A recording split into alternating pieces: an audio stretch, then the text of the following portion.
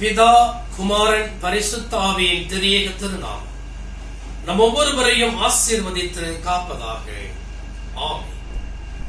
திருத்துவ பண்டிகைக்கு பின்வரும் 15வது ஞாயிற்றுக்கிழமை இந்த நாளின் ஆராதனைக்கு ஆரம்பமாகவும் கடவுளுக்கு மாட்சிமை உண்டாகும் வண்ணமாகவும் எனக்காய் ஜீவன் விட்டவரே, என்னோடு இருக்க எழுந்தவரே என்ற கீர்த்தனையை இணைந்து பாடுவோம்.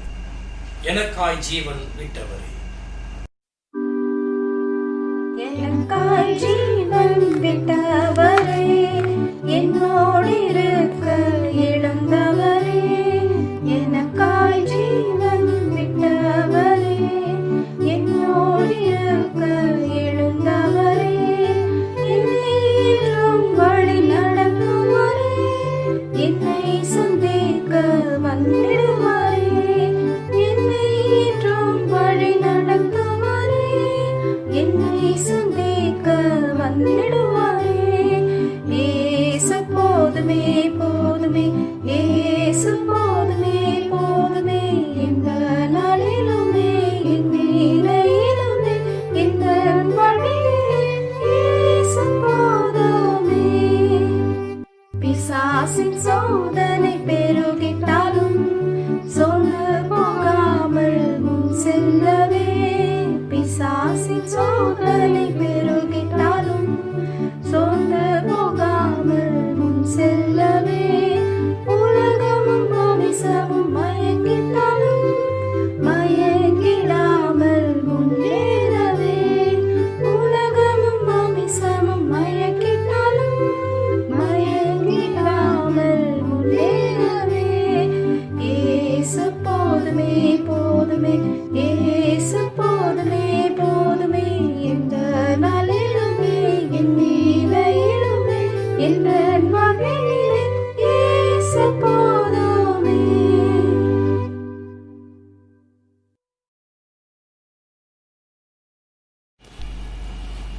நம்முடைய பிதாவாகிய கடவுளிடத்திலிருந்து ஆண்டவராகிய இயேசு கிறிஸ்துவினிடத்திலிருந்து உங்களுக்கு கிருபையும் சமாதானமும் உண்டாவதாக.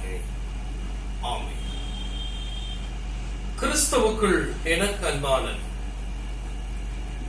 சபையோர்களே, காணொளி மூலமாக இந்த அருள் செய்தியை கேட்டுக்கொண்டிருக்கிற உங்கள் ஒவ்வொருவருக்கும் ஆண்டவராகிய இயேசு கிறிஸ்துவின் திரு பெயரினாலே என்னுடைய வாழ்த்துக்களையும் தோத்திரங்களையும் அன்போடு தெரிவித்துக் கொள்கிறேன்.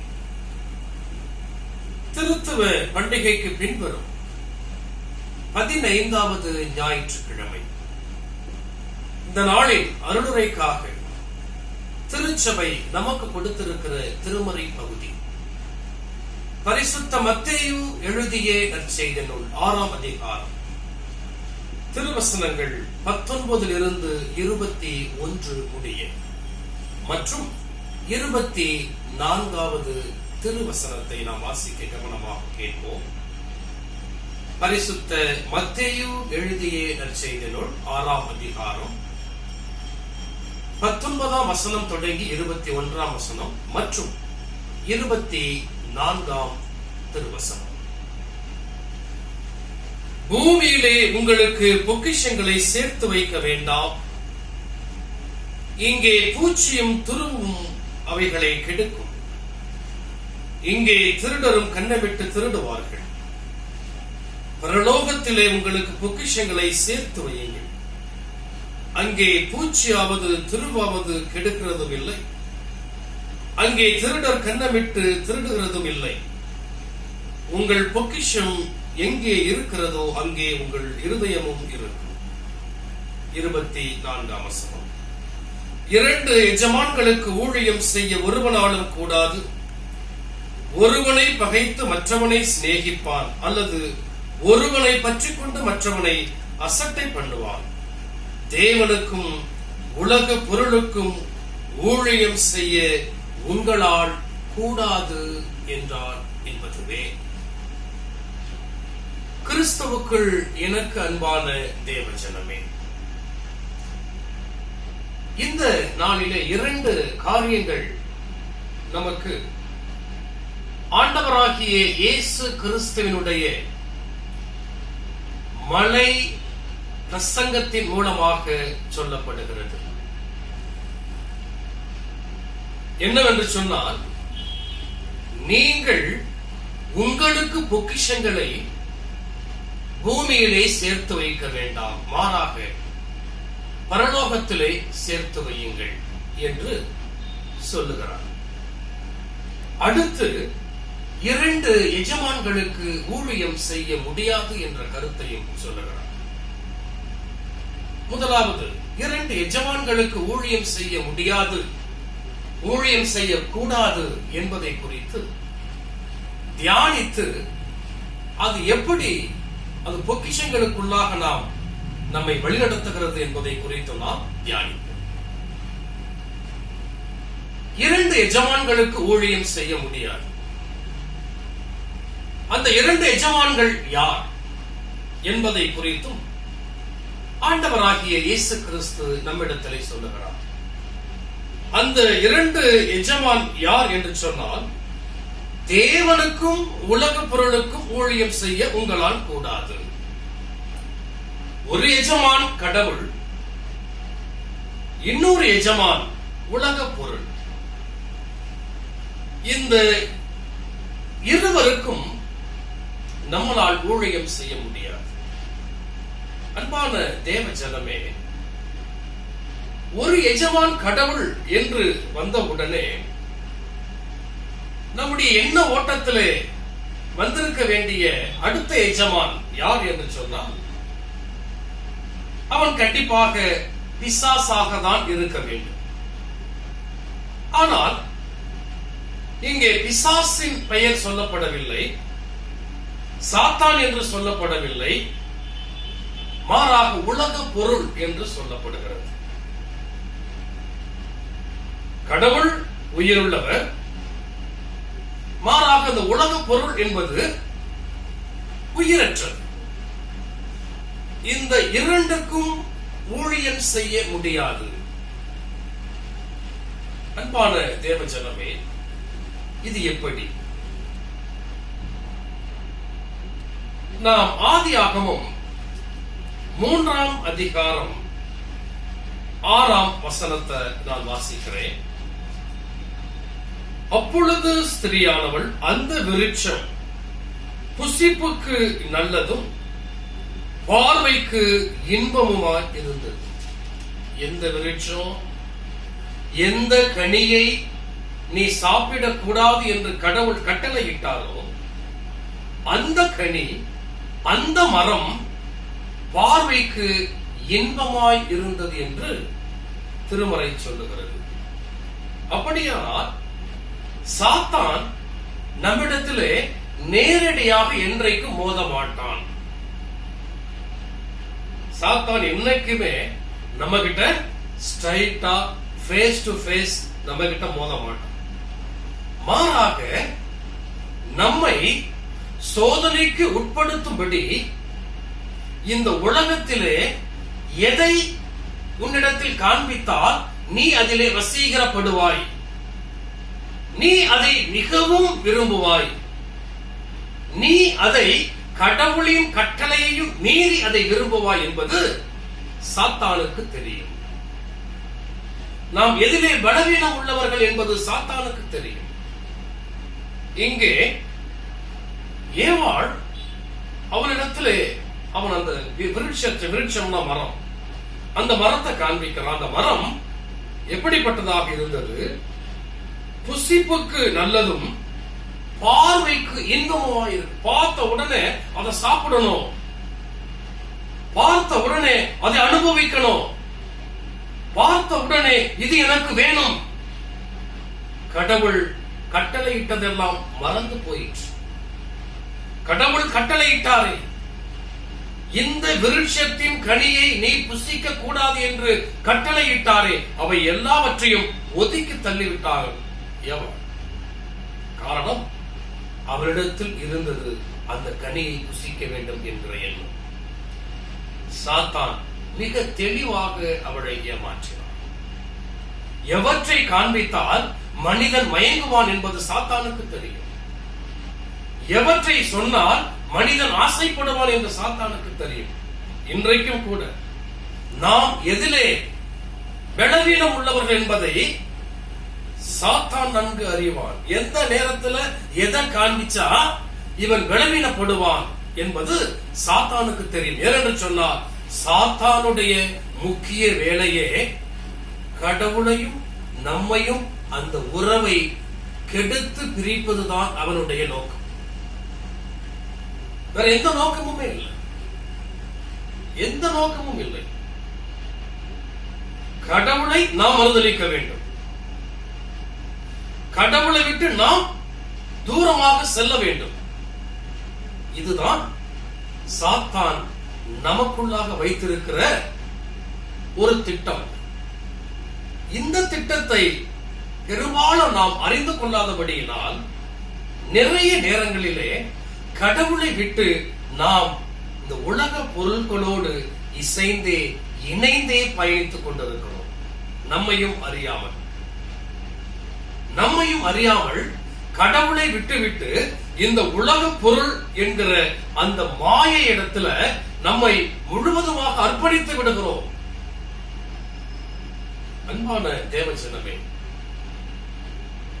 அதுவல்ல கிறிஸ்தவ வாழ்க்கை. அதுவல்ல கிறிஸ்தவ வாழ்க்கை. நாம் அதற்காக படைக்கப்பட்டவர்களும் இல்லை, அதற்காக அழைக்கப்பட்டவர்களும் இல்லை. மாறாக நாம் கிறிஸ்துவை போல வாழ அழைக்கப்பட்டிருக்கிறோம். கடவுளின் பிள்ளைகளாக வாழ அழைக்கப்பட்டிருக்கிறோம். சாத்தானுடைய எந்த சோதனைக்கும் உட்படாதபடி கடவுள் சொல்லே மந்திரம் என்று சொல்லி அதன்படி வாழவே நாம் அழைக்கப்பட்டிருக்கிறோம். ஆனால் நிறைய நேரங்களிலே நம்மையும் அறியாமல், திருமறை வசனத்தையும் அறியாமல், சாத்தானுடைய சூழ்ச்சியையும் அறியாமல் நாம் கடவுளை விட்டு நிறைய நேரங்களிலே வெகு தூரம் பயணிக்கிறோம். எனக்கு அன்பான தேவஜனமே, நான் படித்து ரசித்த ஒரு கதை. ஒரு விவசாயி தன்னுடைய விளைநிலத்தை பார்த்து கொண்டிருக்கிறான். அப்பொழுது அவனிடத்திலே அவனுடைய கண்ணிற்கு ஒரு முட்டை தென்படுகிறது. அது கழுகுடைய முட்டை. சுற்றுமுற்றும் பார்க்கிறான், கழுகு ஏதாவது இருக்கிறதா என்று. இல்லை. அந்த முட்டையை எடுத்துக்கொண்டு தன்னுடைய இல்லத்திற்கு வருகிறான். அங்கே வந்து தன்னுடைய வீட்டிலே அடை காத்துக் கொண்டிருந்த கோழி முட்டையோடு அதை சேர்த்து வைக்கிறான்.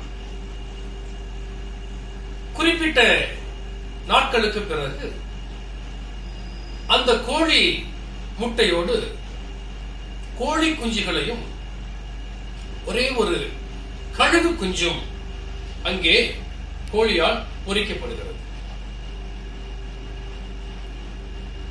கோழி குஞ்சுகள் மிகவும் அழகாக இருக்கிறது, நமக்கே தெரியும்.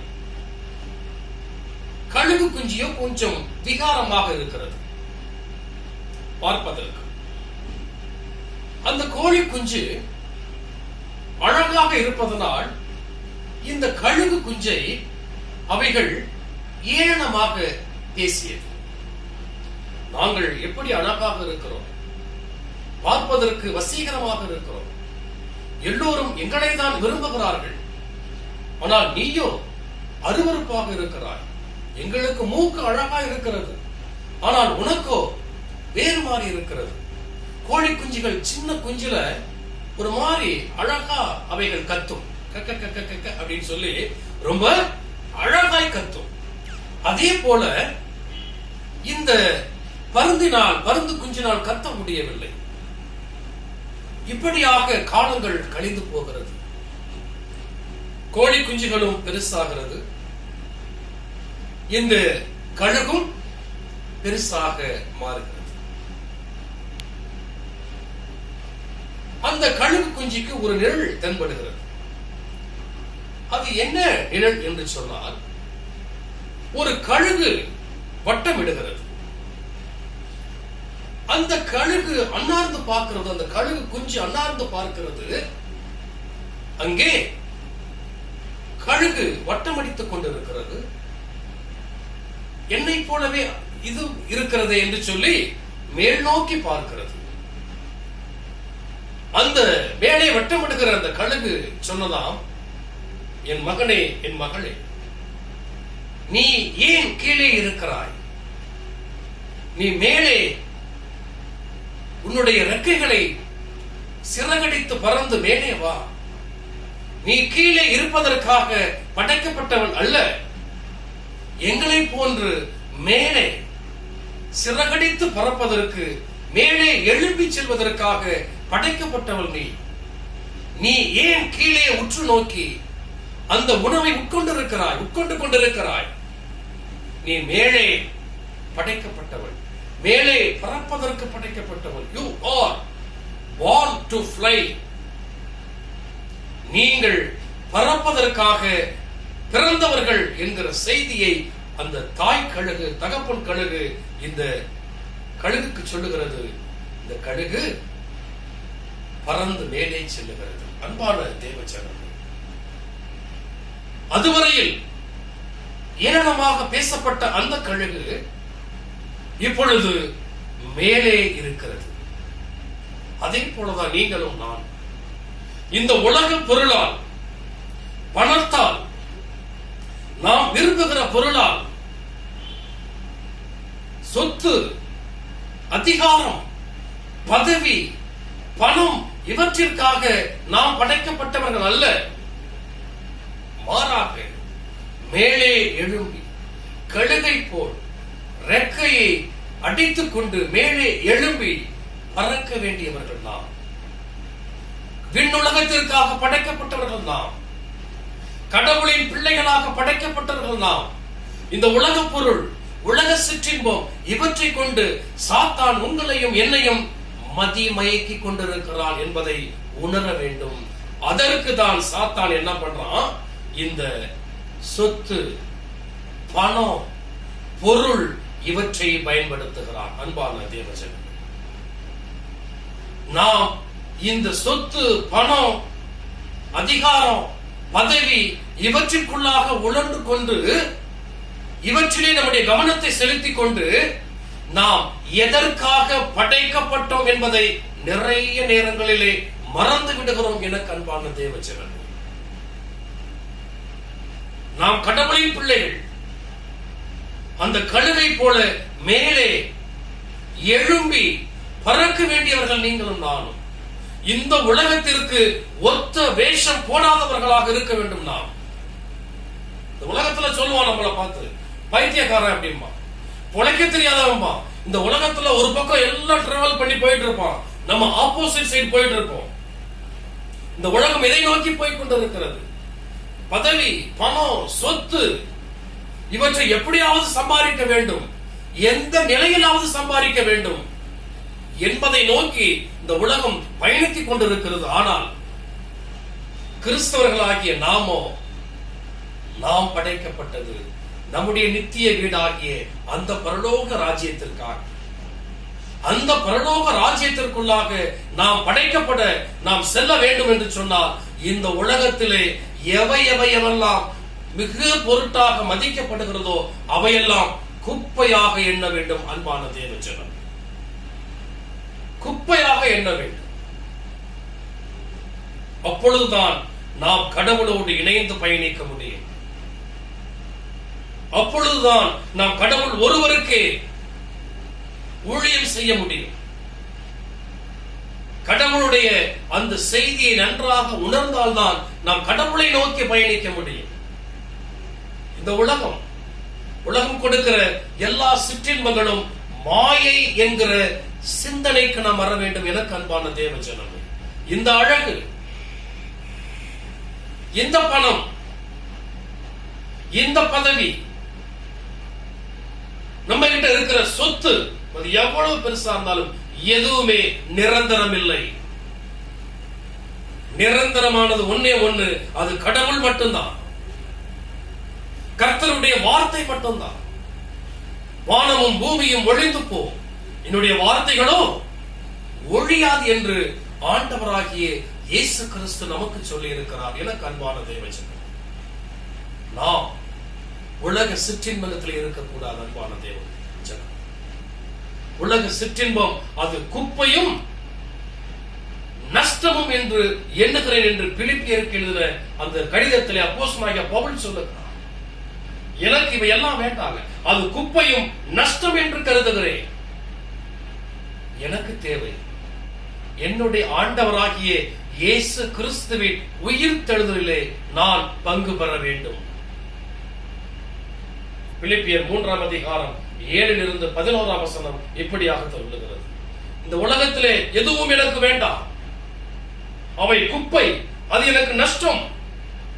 எனக்கு தேவை என்னுடைய ஆண்டவராகிய இயேசு கிறிஸ்து. ஆக அன்பான தேவ ஜனமே, நன்றாக புரிந்து கொள்ள வேண்டும். சாத்தான் நம்மிடத்திலே நேரடியாக மோத மாட்டான். மாறாக இந்த உலகத்திலே எவையெல்லாம் பார்ப்பதற்கு அழகாக இருக்கிறதோ, வசீகரமாக இருக்கிறதோ, சிற்றின்பத்தை தூண்டக்கூடியதாக இருக்கிறதோ, எவையவையை காண்பித்தால் ஒரு மனிதன் கடவுளை விட்டு பிரிந்து இந்த பொருட்களின் மேல் நாட்டம் வைப்பான் என்பதை சாத்தான் அறிந்தவனாக நம்மை அநேக நேரங்களிலே சோதிக்கிறான். நாம் நிறைய நேரங்களிலே கடவுள் நம்மை ஆசீர்வதித்திருக்கிறார், நிறைய நேரங்களிலே சாத்தான் நம்மை சோதிக்கிறான் என்பதை அறிந்து கொள்ளாமலேயே நாம் வாழ்ந்து கொண்டிருக்கிறோம். இதற்கு மிகப்பெரிய உதாரணம் ஆண்டவராகிய இயேசு கிறிஸ்து. உபவாசம் இருந்து 40 நாட்கள் முடிந்த பிறகு அவருக்கு பசி உண்டாயிற்று. சாத்தான் திங்க் பண்றான், இந்த நேரத்துல அவர்கிட்ட போனா அவர்கிட்ட அந்த பசியில அப்பத்தை மன்னிக்கணும், கல்லை அப்பமாக மாற்றி சாப்பிடுங்க அப்படின்னு சொன்னா தன்னுடைய சுயநலத்துக்காக ஒரு அற்புதத்தை அவர் செய்வார் என்பதை நினைத்து அவன் கடவுளுக்கு அவருடைய கட்டளையை மீறுவார் என்று சொல்லி அவன் ஆண்டவராகிய இயேசு கிறிஸ்துவை சோதிக்கிறான். சோதிக்கிற நேரம் என்ன? ஆண்டவராகிய இயேசு கிறிஸ்துவுக்கு 40 நாள் முடிந்த பிறகு பசி உண்டான நேரத்துல தான் சோதிக்கிறான்.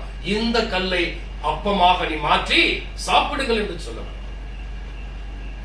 ஆண்டவராகிய இயேசு கிறிஸ்து பசிதான் அவரால் மாற்ற முடியும், அவரால் மாற்றி சாப்பிட முடியும். ஆனால் அங்கே ஒரு வார்த்தை சொல்லுகிறார், மனிதன் அப்பத்தினால் மாத்திரமல்ல கடவுளுடைய வாயிலிருந்து புறப்படுகிற ஒவ்வொரு வார்த்தையினாலும் பிழைப்பான் என்கிற ஒரு செய்தியை, ஒரு திருமறை வசனத்தை கோடிட்டு சாத்தானை தோற்கடிக்கிறார். எனக்கு அன்பான தேவஜனமே, இப்படிதான் நம்ம நிறைய நேரத்துல நாம் வீழ்ந்து போகிறோம். நிறைய நேரத்துல வீழ்ந்து போகிறோம். பணத்தை காண்பித்து நம்மை ஏமாற்றுகிறான், பொருளை காண்பித்து நம்மை ஏமாற்றுகிறான், பதவி சொத்து இவற்றை காண்பித்து நம்மை ஏமாற்றுகிறான், அதிகாரத்தை நம்மள்கிட்ட கொடுத்து ஏமாற்றுகிறான். இவை எல்லாமே தற்காலிகமானவை, இவை எல்லாமே நிரந்தரமானவை என்பதை நாம் உணர்வேயானால் இவை எல்லாவற்றை விட எனக்கு கடவுள் கொடுக்கிற ஆறுதலும் சந்தோஷமும் சமாதானமுமே எனக்கு போதும் என்று அப்படிப்பட்ட நிலையிலே நாம் வாழுகின்ற பொழுதுதான் நாம் ஒருவருக்கு பணி செய்கிற, ஊழியம் செய்கிற ஊழியக்காரனாக இருப்போம். ஆகவேதான் ஆண்டவராகிய இயேசு கிறிஸ்து நம்மிடத்திலே சொல்லுகிறார், பூமியிலே உங்களுக்கு பொக்கிஷங்களை சேர்த்து வைக்க வேண்டாம். பூமியிலே நமக்கு சொத்துக்களையும் பணத்தையும் சேர்த்து வைக்க ஆரம்பித்து விட்டோம் என்று சொன்னால் நம்முடைய எண்ணம், நம்முடைய செயல்பாடு முற்றிலும் மாறுபடும். நான் இந்த உலகத்திலே வாழுகிறதற்கு சாதிப்பதற்கு இடத்திலே பணம் இருக்கிறது என்கிற மனநிலை நமக்குள்ளே வந்துவிடும். நான் எதை வேண்டுமானாலும் சாதிப்பேன், நான் எப்படி வேண்டுமானாலும் வாழுவேன், என்னிடத்திலே பணம் இருக்கிறது, சொத்து இருக்கிறது, பொக்கிஷம் இருக்கிறது என்கிற மனநிலை நம்மிடத்திலே வறுமையாயின் நாம் கடவுளை அண்டி வாழ முற்பட மாட்டோம். கடவுளை விட்டு வெகு தூரம் சென்று விடுவோம். கடவுளும் நம்மை விட்டு வெகு தூரம் சென்று விடுவார். நாம் யாரை நம்பி வாழ்வோம்? அதன் பிறகு பணத்தை நம்பி வாழ ஆரம்பித்து விடும். இன்றைக்கு பணம் என்ன செய்கிறது? இன்றைக்கு பணம் நம்முடைய படிப்பை விலை கொடுத்து வாங்க பணத்தினால் வாங்கப்படுகிறது. நீதி விலை கொடுத்து வாங்கப்படுகிறது. எவையெல்லாம் இயற்கையான சந்தோஷத்தோடு நமக்கு கிடைக்கும் என்று நினைத்தோமோ அவையெல்லாம் இன்றைக்கு பணம் கொடுத்து வாங்கப்படுகிறது, அநீதியாக வாங்கப்படுகிறது. அன்பான தேவச்சனமே, அப்படியானால் என்னிடத்திலே பணம் இருக்கிறது, என்னிடத்திலே பொக்கிஷம் இருக்கிறது, என்னிடத்திலே சொத்து இருக்கிறது, என்னிடத்திலே அதிகாரம் இருக்கிறது, என்னிடத்திலே பதவி இருக்கிறது என்று நான் எதை வேண்டுமானாலும் செய்வேன் என்கிற ஒரு சர்வ அதிகார போக்கு வறுமையாயில் நாம் கடவுளை விட்டு சென்று விடுவோம். கடவுளுக்காக நாம் வாழ மாட்டோம். கடவுளும் நம்மோடு இருக்க மாட்டார், போயிடுவார். ஈகோ நம்ம கிட்ட வந்துடும். Ego, it means EGO, edge God out. அதாங்க ஈகோ. கடவுள் நம்மை விட்டு போய்விடுவார். ஆக நாம் முழுக்க இந்த பொருளுக்கும், இந்த பணத்துக்கும், இந்த சொத்துக்கும், இந்த பொக்கிஷத்துக்கும், இந்த பதவிக்கும், இந்த அதிகாரத்திற்கு மட்டுமே பணி செய்கிற பிள்ளைகளாக மாறி கடவுளை விட்டு நாம் வெகு தூரம் சென்று விடுவோம். எனக்கு அன்பான தேவஜனமே, நாம் அதற்காக படைக்கப்படவில்லை. கிறிஸ்தவர்கள் எல்லா மக்களையும் போல வாழ அழைக்கப்படவில்லை. இந்த உலகத்திற்கு ஒத்த வேஷம் தெரியாதவர்களாக நாம் இருக்க வேண்டும். அன்பான தேவஜனமே, ஆண்டவராகிய இயேசு கிறிஸ்து இதை நிறைய நேரங்களில் நமக்கு பல்வேறு உவமைகள் மூலமாக நமக்கு சொல்லி இருக்கிறார். நீங்கள் இந்த சிறு பிள்ளையை போல் மாறாவிட்டால் பரலோக ராஜ்யத்திலே பிரவேசிக்க முடியாது என்கிற ஒரு கருத்தை ஆண்டவராகிய இயேசு கிறிஸ்து ஒரு உவமையை சொல்லுவார். ஒரு சிறு பிள்ளையை காமிச்சு, அதுக்கு என்ன அர்த்தம்? அந்த சிறு பிள்ளை, நன்றாக யோசித்து பாருங்கள், அந்த சிறு பிள்ளைக்கு கள்ளங்கபடம் இல்லை அப்படிங்கிற ஒரு செய்தி நமக்கு தெரியும்.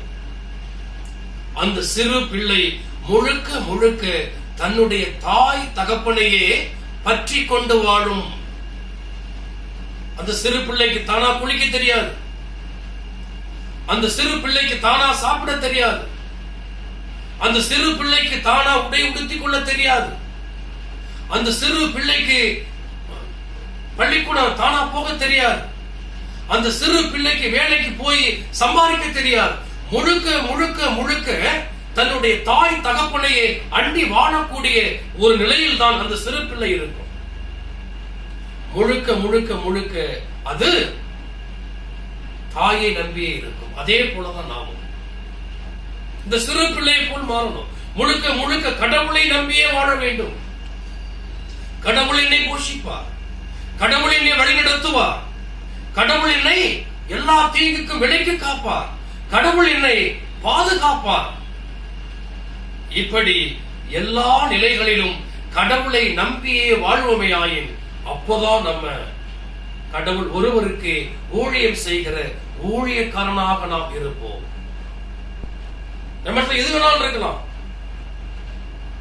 பணம் இருக்கலாம், பதவி இருக்கலாம், சொகுசு கார் இருக்கலாம், பங்களா இருக்கலாம், எல்லாமே இருக்கலாம். இவை இருந்தாலும் என்னை வழிநடத்துகிறவர் கடவுள். கர்த்தருடைய கிருபையும் இரக்கமும் நம் இடத்துல இல்லை என்று சொன்னால் நாம் நிர்மூலமாக இருப்போம். அன்பான தேவஜனமே, நாம் கடவுளுக்கு ஊழியம் செய்வோமேயானால் கடவுள் நம்மை காப்பார். இந்த உலக பொருளுக்கும் பொக்கிஷத்திற்கும் பணத்திற்கும் சொத்துக்கும் பதவிக்கும் அதிகாரத்திற்கும் நாம் உலக சிற்றின்பத்திற்கும் நாம் வேலை செய்வோமேயானால் இந்த உலக பொருள் நம்மை பாதுகாக்காது என்கிற உண்மையை நம்ம புரிந்து கொள்ள வேண்டும். இந்த இடத்துல நல்லா தெரியும், மத்தேயு 19ஆம் அதிகாரம் அதுல நம்ம பார்த்தீங்க அப்படின்னு சொன்னா 16ஆம் வசனத்துல இருந்து 22 வசனம் வரைக்கும் ஒரு வாலிபன் வருவான். சாமி கிட்ட வந்து நித்திய ஜீவனை சுதந்திரித்துக் கொள்ள என்ன செய்ய வேண்டும் என்று கேட்பான். அதற்கு சாமி சொல்லுவாங்க, கொலை செய்யாதிருப்பாயாக, விபச்சாரம் செய்யாதிருப்பாயாக, களவு செய்யாதிருப்பாயாக, பொய் சாட்சியை சொல்லாதிருப்பாயாக, உன் தகப்பனையும் தாயையும் ஆக நியாய பிரமாணத்திலே சொல்லப்பட்டவைகளை நீ கடைபிடி என்கிற செய்தியை இயேசு சாமி சொல்லுவாங்க. அப்போ மறுபடியும் அந்த வாலிபன் ஆண்டவராக இயேசு கிறிஸ்துவை நோக்கி கேட்பான், இவைகள் எல்லாம் என் சிறு வயது தொடங்கிய நான் செய்து வருகிறேன், இருந்தாலும் என்னிடத்திலே ஒரு குறைவு உண்டு என்கிற செய்தியை சொல்றாங்க. அப்ப இயேசுசாமி சொல்றாங்க, நீ பூரண சர்க்குணனாய் இருக்க விரும்பினால் போய் உனக்கு உண்டானவைகளை விற்று தரித்திரருக்கு கொடு, அப்பொழுது பரலோகத்திலே உனக்கு பொக்கிஷம் உண்டாயிருக்கும். உன்னிடத்திலே என்ன இருக்கிறது அவற்றை விற்று தரித்திரருக்கு கொடு, ஏழைக்கு கொடு, கஷ்டப்படுறவனுக்கு கொடு, இல்லாதவனுக்கு கொடு, அப்பொழுது உனக்கு பொக்கிஷம் பரலோகத்திலே இருக்கும். அன்பான தேவச்சனமே, சுத்தி சுத்தி சுத்தி சுத்தி சாமி அங்கதாங்க வராங்க. உனக்கு உண்டானவைகளை விற்று ஏழைகளுக்கு கொடு, ஏழைகளுக்கு நல்லா செய், ஒருவன் இல்லை என்று வந்தால் அவனுக்கு கொடு. சாமி மறுபடியும் மறுபடியும் உபதேசத்தில் எல்லாவற்றையும் அதைதான் சொல்லுகிறார். ஆனால் 22ஆம் வசனத்தை பாருங்க. அந்த வாலிபன் மிகுந்த ஆஸ்தி உள்ளவனாய் இருந்தபடியால் இந்த வார்த்தையை கேட்ட பொழுது துக்கமடைந்தவனாய் போய்விட்டான். அவனிடத்திலே கொடுப்பதற்கு மனதில்லை, அவனால் கொடுக்க முடியவில்லை. காரணம் மிகுந்த ஆஸ்தி. என்னுடைய ஆஸ்தியை எப்படி இன்னொருத்தருக்கு கொடுப்பேன்? எப்படி கொடுப்பேன்? என்னால கொடுக்க மனம் வரவில்லையே, அப்ப பரலோக ராஜ்யம் இல்லை. அவ்வளவு தெளிவா சொல்றாங்க சாமி. உனக்கு உண்டானவைகளை விற்று தரித்திரருக்கு கொடு. 21ஆம் வசனம் 19ஆம் அதிகாரம் மத்தேயு 19:21. நீ பூரண சர்க்குணனாய் இருக்க விரும்பினால் போய் உனக்கு உண்டானவைகளை விற்று தரித்திரருக்கு கொடு, அப்பொழுது பரலோகத்திலே உனக்கு பொக்கிஷம் உண்டாயிருக்கும். இவனால பரலோக பொக்கிஷத்தை எனக்கு வேண்டாங்க, இந்த உலகத்துல இருக்கிற வரைக்கும் நான் மிகுந்த ஆஸ்தி உள்ளவனா சந்தோஷத்தோடு நான் வாழ்ந்துட்டு செத்து போயிடுறேன் அப்படின்னு சொல்லிட்டு அவன் மிகுந்த துக்கம் உள்ளவனாய் இயேசு கிறிஸ்துவை விட்டு சென்று விட்டான். எனக்கு அன்பான தேவச்சனமே, இப்பொழுது யோசிப்போம். பரலோகத்திலே பொக்கிஷத்தை சேர்த்து வையுங்கள் என்று சொல்லுகின்ற ஆண்டவராகிய இயேசு கிறிஸ்து நமக்கு என்ன சொல்லுகிறார்? இந்த உலகத்துல பொக்கிஷத்தை சேர்த்து வைக்காத, அது உன்னை கெட்டவனாக மாற்றும். உன் நம்பிக்கை பணத்தின் மீது போயிடும், உன் நம்பிக்கை சொத்தின் மீது போயிடும், உன் நம்பிக்கை கடவுள் மீது அந்த நம்பிக்கை வைக்காமல் இந்த உலக பொருள் மீது நம்பிக்கை வைப்பாய். அப்படியானால் நீ 2 எஜமானனுக்கு ஊழியம் செய்ய முடியாது. அன்பான தேவச்சனமே, இந்த 2 எஜமானனுக்கும் பார்க்கணும். 2 எஜமான், 2மே எதிரெதிரானது. அதான் ரொம்ப முக்கியம். 2மே எதிரெதிரானது. ஒன்றை ஃபாலோ பண்ணிட்டா இன்னொன்னு ஃபாலோ பண்ண முடியாது. இந்த உலக சொத்து, உலக பிரகாரமான காரியத்தை நாம் அதற்கு ஊழியம் செய்ய ஆரம்பித்து விட்டால் நம்மால் வேற எதற்கும் ஊழியம் செய்ய முடியாது. கடவுளுக்கு ஊழியம் செய்ய ஆரம்பிச்சிட்டோம்னா, கடவுள் சொல்வதை கேட்டோமே என்று சொன்னால் நம்ம உலக பொருள் நமக்கு துச்சமாக எண்ணப்படும், நஷ்டமாக எண்ணப்படும், அது குப்பையாக எண்ணப்படும். இப்ப யோசிப்போம், 2 எஜமான்களுக்கு ஊழியம் செய்ய முடியும். ரொம்ப கஷ்டமா இருக்கும். இயேசுவோட வார்த்தை நிறைய பேர் நினைக்கலாம், எப்படி நான் கஷ்டப்பட்டு சம்பாதிச்ச பணம், கஷ்டப்பட்டு சேர்த்த சொத்து, இவனுடைய கடின உழைப்பினால சேர்த்த நான் எப்படி தரித்திரருக்கு கொடுக்க முடியும், ஏழைக்கு கொடுக்க முடியும்? கடவுள் சொல்வது இதுதான். உன்னுடைய முழு நம்பிக்கையும் பணத்து மேல வைக்காது, பொக்கிஷத்தின் மேல வைக்காது, சொத்து மேல வைக்காது. இவை எல்லாமே நிரந்தரம் அல்ல. நிரந்தரமானவர் ஒரே ஒருவர். மரித்தேன், இதோ சதா காலங்களிலும் உயிரோடு இருக்கிறேன் என்று சொன்ன ஆண்டவராகிய இயேசு கிறிஸ்துவின் மேலும், கடவுள் மேலும், அவருடைய வார்த்தையின் மேலும் முழு விசுவாசம் வைக்கின்ற பொழுது நாம் கடவுளுக்கு ஊழியம் செய்கிற பிள்ளைகளாக மாறுவோம். கடவுள் நம்மை ஆசீர்வதித்து நம்மை காப்பாராக. ஆமென். ஜெபம் செய்வோம். எங்களை நேசித்து வழிநடத்தி பாதுகாத்து பராமரித்து வருகிற பரிசுத்தமுள்ள நல்ல ஆண்டவரே, கிருபையாய் கொடுத்த இந்த புதிய நாளுக்காக உமக்கு நாங்கள் நன்றி சொல்லுகிறோம். ஆண்டவரே, இப்பொழுதும் கூட 2 எஜமான்களுக்கு ஊழியம் செய்ய முடியாது. நீங்கள் உங்கள் பொக்கிஷங்களை பூமியிலே சேர்த்து வைக்க வேண்டாம், மாறாக பரலோகத்திலே சேர்த்து வையுங்கள் என்பது என்ற திருவசனத்தை குறித்து நாங்கள் தியானித்தோம். ஆண்டவரே, நிறைய நேரங்களிலே நாங்கள் உலக பிரகாரமான காரியத்திற்கு பணம், பதவி, சொத்து, நகை, அதிகாரம் இவற்றிற்கு நாங்கள் பணிவிடை செய்கிறவர்களாக மாறி இருக்கிறோம். ஆண்டவரே, உம்மை விட்டு நிறைய நேரங்களிலே தூரமாக பயணித்திருக்கிறோம் சுவாமி. இப்பொழுது நாங்கள் புரிந்து கொண்டோம், இவை எல்லாமே மாயை, இவை எல்லாமே அழியக்கூடியது.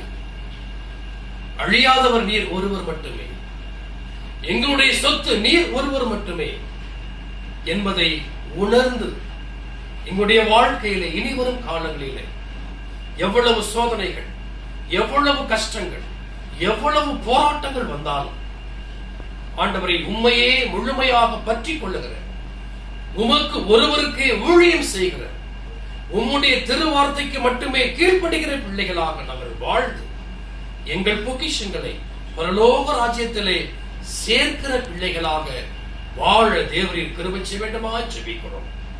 நீர் கொடுத்த புதிய நாள், புதிய ஆராதனை மற்றும் கொடுக்க போகிற எல்லா நன்மைகள், ஆசீர்வாதங்கள் எல்லாவற்றிற்காக உமக்கு நாங்கள் கொடான கோடி ஸ்தோத்திரங்களை எடுக்கிறோம். ஆம் ஆண்டவரே, சுகவீனங்கள், பலவீனங்கள், கஷ்டங்கள் ஆண்டவரே, எங்களுடைய திருச்சபையிலும் குருசிகரத்திலும் இப்படிப்பட்ட நிலையில் இருக்கிற ஒவ்வொரு பிள்ளைகளுக்காக வருகிறோம். எல்லா நிலையும் மாற்றக்கூடியவர் நீர் ஆண்டவரே. உம்முடைய பரிசுத்த கரம், உம்முடைய பரிசுத்த ரத்தம் எல்லாவற்றையும் வேலடித்து பாதுகாத்து பராமரிக்க வேண்டுமா ஜெபிக்கிறோம். ஆம் ஆண்டவரை, தொடர்ந்து ஆண்டவரை நீ தரப்போகிற ஒவ்வொரு நாட்களோடு உம்முடைய கிருபையும் உம்முடைய இரக்கமும் எங்களுக்கு கொடுத்து ஆசீர்வதித்து காக்க வேண்டுமாய் இயேசு கிறிஸ்துவின் வழியாக உம்மிடத்தில் கேட்கிறோம் ஜீவனுள்ள பிதாவே. ஆமென். பரமண்டலங்கள் இருக்கிற எங்கள் பிதாவே, உம்முடைய நாமம் பரிசுத்தப்படுவதாக, உம்முடைய ராஜ்யம் வருவதாக, உம்முடைய சித்தம் பரமண்டலத்திலே செய்யப்படுகிறது போல பூமியிலையும் செய்யப்படுவதாக. அன்றென்று வேண்டிய ஆகாரத்தை நீர் இன்று எங்களுக்கு தந்தருளும். நாங்கள் எங்கள் கடனாளிகளுக்கு மன்னிக்கிறது போல நீர் எங்கள் பாவ கடன்களை மன்னியும். எங்களை சோதனைக்குள் பிரவேசிக்க பண்ணாதிரும். தீவின் என்று ரட்சித்தருளும். ராஜ்யமும் வல்லமையும் மகிமையும் என்றென்றைக்கும் உம்முடையவைகளே. ஆமென். நம்முடைய ஆண்டவராகிய இயேசு கிறிஸ்துவின் கிருபை, பிதாவாகிய கடவுளின் அன்பும், பரிசுத்த ஆவியின் ஐக்கியமும், அரவணைப்பும், பாதுகாப்பும், பராமரிப்பும், வழிநடத்துதலும் நம் அனைவரோடும் எப்பொழுதும் எப்பொழுதும் சதா காலங்களிலும் நின்று நிலவுவதாக. ஆமென். சுவாமியே கிருபையாயிரும், கிறிஸ்துவே கிருபையாயிரும், சுவாமியே கிருபையாயிரும். ஆமென். தேவரீர் நீர் சகலமும் செய்ய வல்லவர். தேவனே